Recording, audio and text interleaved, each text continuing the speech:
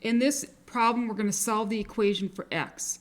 I have 3 times the quantity x minus 4 equals 5.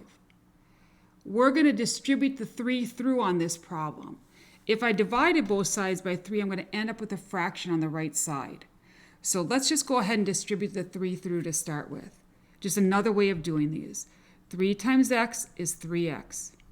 A positive times a negative is a negative. 3 times 4 is 12. Now, I need to solve for x. If you want to make that line down there to separate the two sides, feel free. We want to get x by itself, so I'm going to block off the term with the x because that's the last thing we're going to do.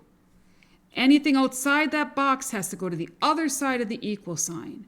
We have a minus 12, so we're going to neutralize it by adding 12.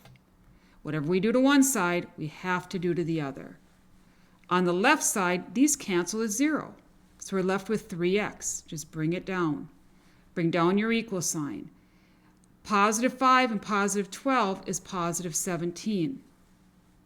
Now, I don't want 3 times x equals 17. I want x equals. They're timesing, so we're going to divide. Whatever we do to one side, we do to the other. 3 divided by 3 is 1, and I'm left with x.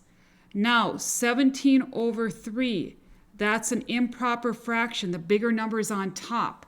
So let's make it into a mixed number.